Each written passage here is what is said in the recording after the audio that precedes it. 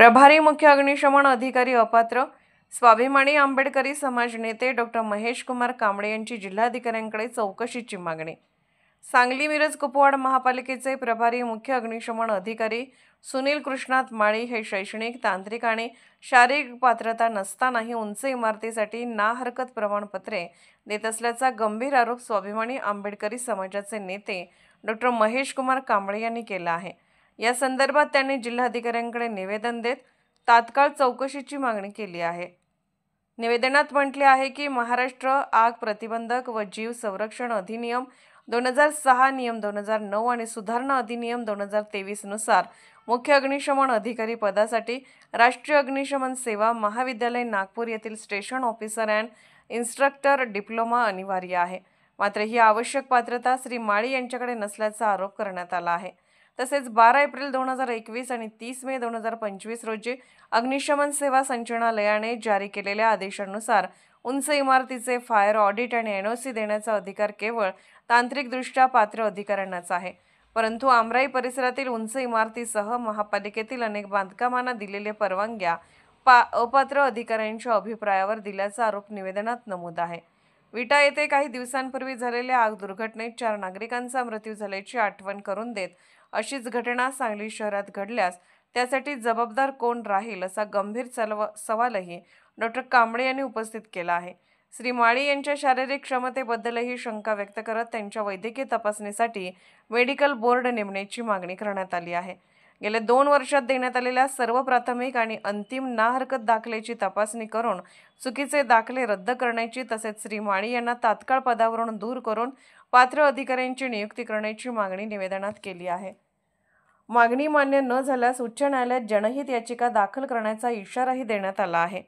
या गंभीर आरोपांवर जिल्हाधिकारी कार्यालयाची भूमिका काय असणार याकडे आता शहराचे लक्ष लागले आहे। स्वाभिमानी आंबेडकरी संघटनेच्या वतीनं आज माननीय जिल्हाधिकाऱ्यांना आपण निवेदन दिलेलं आहे। निवेदनाचा विषय असा आहे की सांगली मिरज आणि कुपवाड शहर महानगरपालिकेचं जे अग्निशमन विभाग जो आहे तो किती कुचकामी ठरलेला आहे ह्याचा आज मी तुम्हाला उदाहरणासहित स्पष्टीकरण देणार आहे। सांगली मिरज कुपवाड महानगरपालिकेचा सध्याचा प्रभारी विद्यमान अग्निशमन अधिकारी जे आहेत सुनील माळी ते शैक्षणिकदृष्ट्या पूर्णतः अपात्र आहेत आणि शारीरिकदृष्ट्या सुद्धा ते सक्षम नाहीत।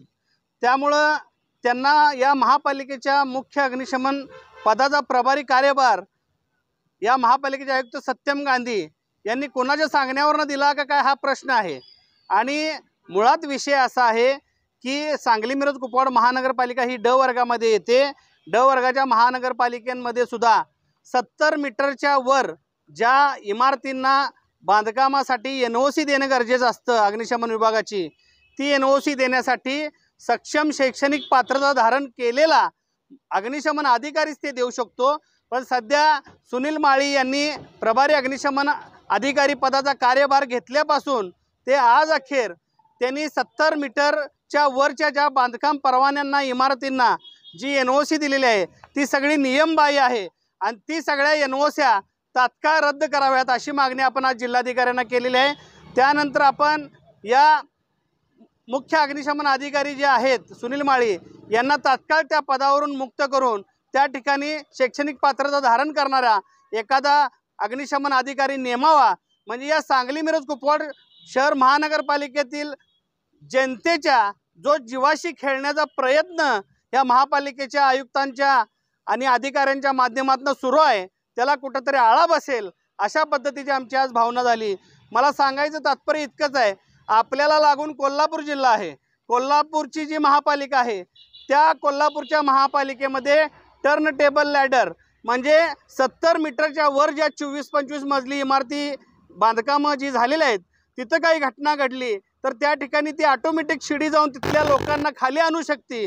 पण आपल्या सांगली मिरज महापालिकेमध्ये टर्न टेबल लॅडर हे नाही। आपल्याकडे जी अग्निशमन विभागाची यंत्रणा आहे ती अक्षरशः नगरपालिकेच्या लेवलची यंत्रणा आहे। 30 फुटाच्या वर आपली शिडी जाऊ शकत नाही। मग असं असताना 24 मजली इमारतींना तुम्ही परमिशन देऊन या महापालिका क्षेत्रातल्या जनतेच्या जीवाशी का खेळताय हा प्रश्न उपस्थित झालेला आहे। त्यामुळं विट्यात परवा होरपळून मेली लोक, उपाययोजना नाही आहे। याचं दुसरं एक उदाहरण सांगतो।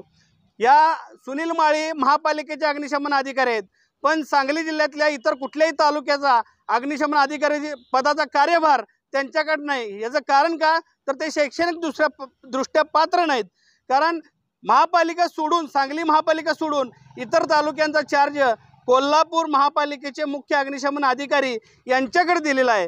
म्हणजे ह्याचा विपर्यास काय होतो की सुनील माळी हे शैक्षणिकदृष्ट्या पात्र नाहीत।